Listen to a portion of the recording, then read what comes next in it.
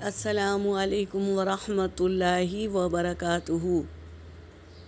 رب اشرح لی صدری ویسر لی امری واحلل عقدۃ من لسانی یفقہوا قولی رب زدنی علما۔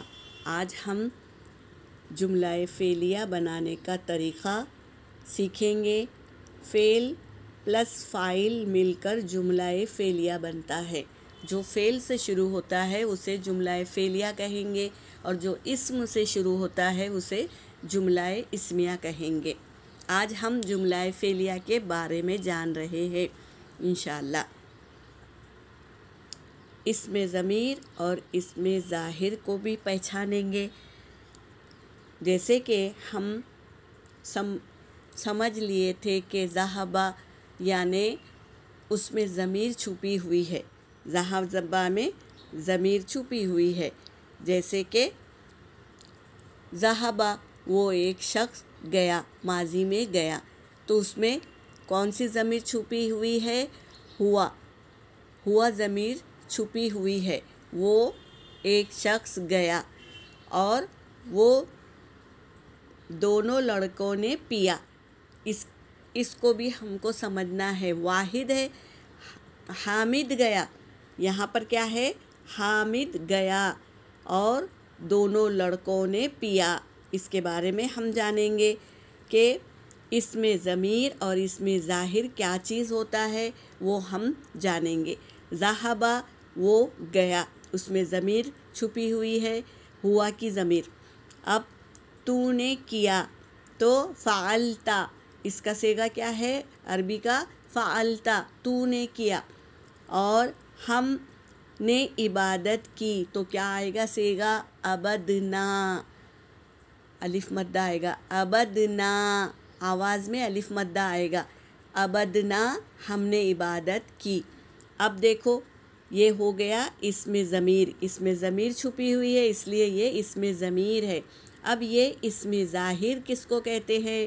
حامد گیا، اس کا نام ظاہر ہو گیا، تو اب یہ کیا ہو گیا؟ اسم ظاہر بن گیا۔ تو حامد گیا اور محمود نے کیا۔ اب یہ کیا ہے؟ اس میں ضمیر چھپی ہوئی نہیں ہے، نام ظاہر ہے۔ محمود نے کیا، خالد نے عبادت کی، اسے کہتے ہیں اسم ظاہر، اور جو چھپا ہوا ہے اسے اسم ضمیر کہتے ہیں۔ ہم نے جان لیا ہے۔ اب آپ لوگوں کے لیے یہ ہوم ورک ہے، اس کو آپ گھر میں کریں گے اور مجھے آ کر یہ بتائیں گے۔ کیا ہے؟ نمبر 1، اس نے عبادت کی، کیا یہ اسم ضمیر ہے یا اسم ظاہر ہے؟ آپ لوگ بتائیں گے۔ نمبر 2، وہ بیٹھا۔ نمبر 3، اس نے پیا۔ اور نمبر 4، میں نے سجدہ کیا۔ نمبر 5، ہم سب گئے۔ نمبر 6، ان دونوں نے پیا۔ یہ ہو گیا۔ کیا ہے؟ اسم ظاہر ہے کیا اسم ضمیر ہے؟ یہ آپ کو بتانا ہوگا۔ اب دیکھو دوسرا ہے، خالد نے سجدہ کیا، یہ کیا ہے؟ اسم ضمیر ہے یا اسم ظاہر ہے؟ عائشہ بیٹھی، محمود نے پیا، مسلمانوں نے سجدہ کیا، خالد اور محمود گئے، خالد نے پیا۔ اس کو سمجھنا ہوگا اور مجھے بتانا ہوگا۔ اور ایک نئی چیز آپ لوگوں کو میں آج بتانا چاہ رہی ہوں کہ ہم نے جان لیا تھا کہ فاعل مرفوع ہوتا ہے، مرفوع یعنی پیش والا ہوتا ہے، تو ہم کو فاعل کو پہچاننا ہے تو وہ مرفوع حالت میں ہوتا ہے، ہم نے جان لیا تھا۔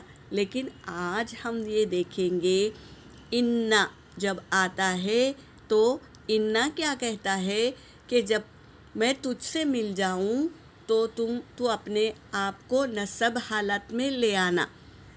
تو یہاں پر دیکھو اللہ کا نام نصب حالت میں آ گیا ہے، یعنی زبر والا ہو گیا ہے یہ فاعل ہے، اللہ فاعل ہے۔ بے شک اللہ، انا کا مطلب ہے بے شک، اور اللہ کا مطلب ان اللہ ہو تھا، لیکن یہاں ہا آ گیا، کس کی وجہ سے؟ انا کی وجہ سے۔ جب انا آ جاتا ہے تو اپنے بعد والے حرف کو یعنی اسم کو کیا کرتا ہے، وہ نصب حالت میں لے آتا ہے، زبر والی حالت میں لے آتا ہے. تو یہ فاعل ہے، لیکن ہم کو بتانا ہوگا کہ یہ انا کی وجہ سے یہ نصب حالت میں آ گیا ہے. تو ان اللہ اصطفیٰ، بے شک اللہ نے کیا ہے، چن لیا. طفا کے معنی کیا ہے، چن لیا. اب دیکھو انا کا اثر ان لوگوں پر بھی پڑ رہا ہے. کیسے؟ آدمو، اسم کیسا ہوتا ہے، آدمن لکھا ہوتا ہے، لیکن ہم آدمو سے پڑھتے ہیں تو تنوین ہوتی ہے، لیکن انا نے ان پر بھی اثر ڈال دیا. کیا ہو گیا، آدمہ ہو گیا. نام ہے آدم علیہ السلام. ونوح ہوگا، لیکن یہاں انا نے ان پر بھی اثر کر دیا تو وہ نوحاں ہو گئے. اور وآل ابراہیم ہونا چاہیے تھا، لیکن انا کے اثر سے یہ بھی ابراہیمی ہو گئے. وآل عمران آنا چاہیے تھا، لیکن انا نے اثر کیا تو یہ بھی عمران آ گیا ہے. ٹھیک ہے، تو یہ نصب کس وجہ سے آیا ہے، انا کی وجہ سے. اب میں پورا پڑھتی ہوں آیت کو. ان اللہ اصطفیٰ، اس کے معنی ہے بے شک اللہ نے چن لیا. آدم علیہ السلام کو،